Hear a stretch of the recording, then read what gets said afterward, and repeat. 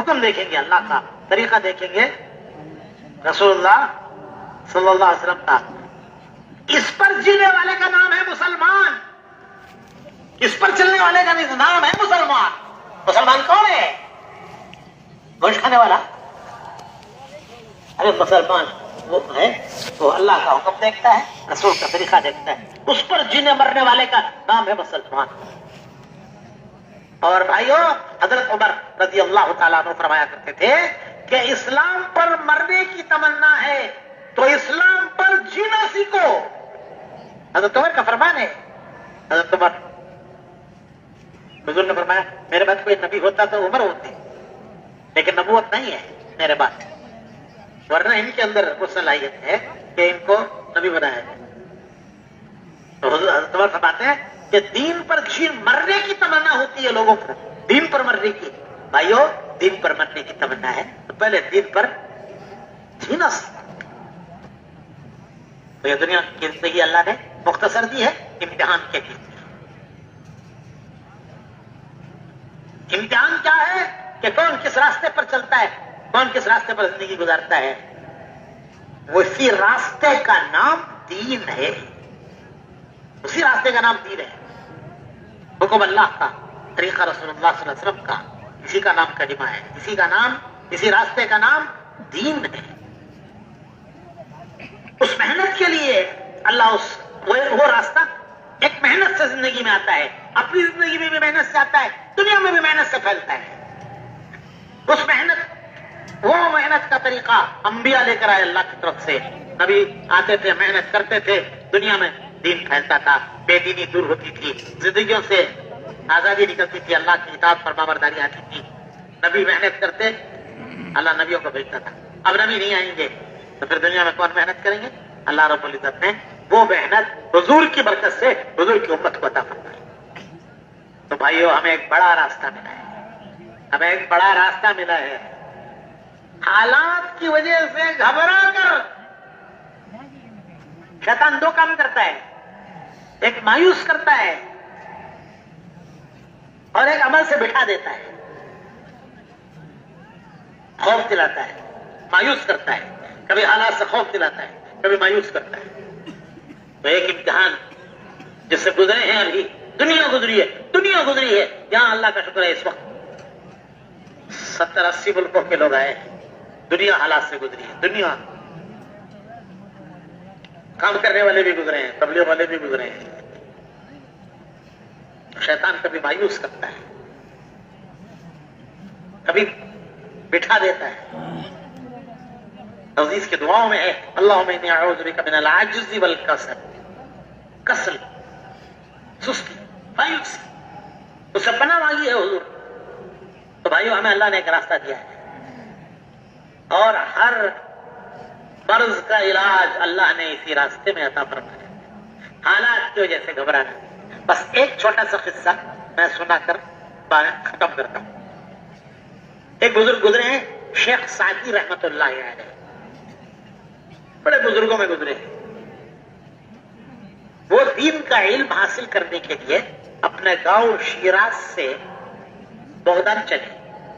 اس زمانے میں دین کا مرکز بغداد تھا، خلیفہ بھی وہیں رہتے تھے، بنو عباسیہ کا زمانہ تھا، خلیفہ وہیں ہوتے تھے، سارے اکابر علماء اہل اللہ وہ سب وہیں ہوتے تھے۔ اور شیخ سعدی دین کا علم حاصل کرنے کے لیے اپنے گاؤں سے، شیراز سے بغداد چلے۔ لمبا راستہ، چلتے چلتے کیا غریب آدمی تھے، کوئی سواری نہیں تھی ان کے پاس، اونٹ گائے، اونٹ گھوڑا، تو پیدل چلے، پیدل جماعت چلتے چلتے سخت راستہ، جوتے ٹوٹ گئے۔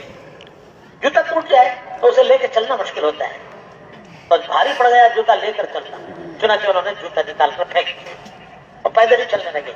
جس زمین پر جوتے ٹوٹ گئے ہوں اس پر پیروں کا کیا حال ہوا ہوگا؟ ایسی پتھریلی زمین، تھوڑی دیر میں پیر زخمی ہو گئے، آبلے آ گئے، چلنا بھاری ہو گیا۔ تو وہ ایک راستے کے کنارے بیٹھ گئے اور راستے کے کنارے بیٹھ کر رونے لگے, انہیں بہت رونا آیا. کس پر رونا آیا؟ کہ اللہ میرے پاس اگر سواری ہوتی تو میں اب تک بغداد پہنچ گیا ہوتا. اور بغداد پہنچ کے کیا کرتے؟ کوئی کاروبار کرتے, مال جمع کرتے, کیا کرتے؟ ارے وہ تو قرآن حدیث کا علم حاصل کرنے کے لیے چلے تھے, تو قرآن سیکھتے, حدیث سیکھتے. کتنی اچھی تمنا تھی, لیکن پیروں میں زخم آ گئے. اللہ اگر میرے پاس سواری ہوتی تو میں اب تک پہنچ گیا ہوتا, درس پہ بیٹھ گیا ہوتا. میرے پاس سواری نہیں, جوتے بھی نہیں, میرے پیر بھی زخمی ہو گئے, میں چلنے کے بھی قابل نہیں رہا. یہ سوچ کر وہ رونے لگے. ایک کیفیت ہوتی ہے آدمی پر, حالات میں کیفیت آتی ہے. وہ کیفیت اللہ کی طرف متوجہ ہونے کی ہوتی ہے. اس کیفیت سے آدمی فائدہ اٹھا لے تو اتنا قرب اسے اللہ کا حاصل ہوتا ہے, لیکن ہم اسے گنوا دیتے ہیں, اس کیفیت کا فائدہ نہیں اٹھاتے. تو شیخ سعدی رونے لگے. تھوڑی دیر میں انہوں نے دیکھا کہ اس راستے سے ایک اپاہج معذور جس کے پیر ہی نہیں ہے وہ اسی راستے سے چل رہا ہے, اور اس کے پیر ہی نہیں ہے, اور جس کے پیر نہیں ہوتے وہ دونوں ہاتھوں اور دونوں پیروں کے سہارے سے چلتا ہے, دونوں کے سہارے سے. تو وہ معذور ہاتھ اور پیر دونوں کے سہارے سے رینگتے ہوئے کھسک رہا ہے.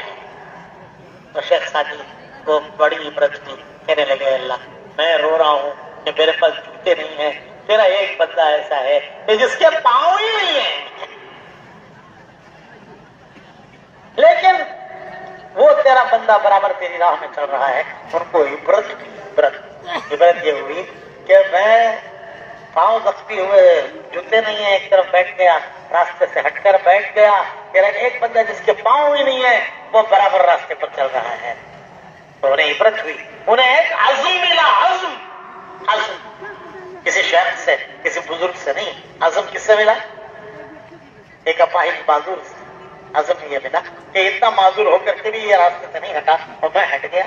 پھر وہ کھڑے ہوئے اور پھر وہ بغداد پہنچ گئے. پھر اللہ نے ان کو اتنا علم دیا کہ وہ شیخ سعدی بن گئے. ان کی کتابیں آج تک مدرسوں میں پڑھاتی ہیں. اور وہ عزم انہیں ملا کس سے؟ ایک معذور سے. تو میرے بھائیوں, ہمیں بھی اللہ نے ایک راستہ دیا ہے, کہو الحمدللہ. ہم دل سے شکر کرتے ہیں کہ ہماری تمام کوتاہیوں کے باوجود اللہ نے ہمیں ایک راستے پر ڈالا ہے, ہمیں ایک راستہ دیا ہے. بس شیخ سعدی کی طرح راستے سے ہٹنا نہیں اور منزل کے سفر سے رکنا نہیں. انہیں یہ عزم ملا اس اپاہج سے کہ وہ اتنی ساری معذوری کے باوجود وہ راستے سے ہٹا نہیں, منزل کے سفر سے رکا نہیں. تو بھائیو, ہم کو بھی وہی اللہ سے لینا ہے کہ ہمیں ایک اللہ نے راستہ دیا, اللہ ہمیں اس پر جمائے, چلائے, منزل تک پہنچائے. اور منزل جنت ہے, منزل اپنے اپنے وقت پر منزل تک پہنچائے. اور یہ عزم کرنا ہے کہ انشاءاللہ حالات سے گھبرا کر راستے سے ہٹیں گے نہیں, راستے پر جمے رہیں گے, راستے سے ہٹیں گے نہیں, اور منزل کے سفر سے رکیں گے. راستے سے ہٹنا نہیں, منزل کے سفر سے رکنا. اللہ قبول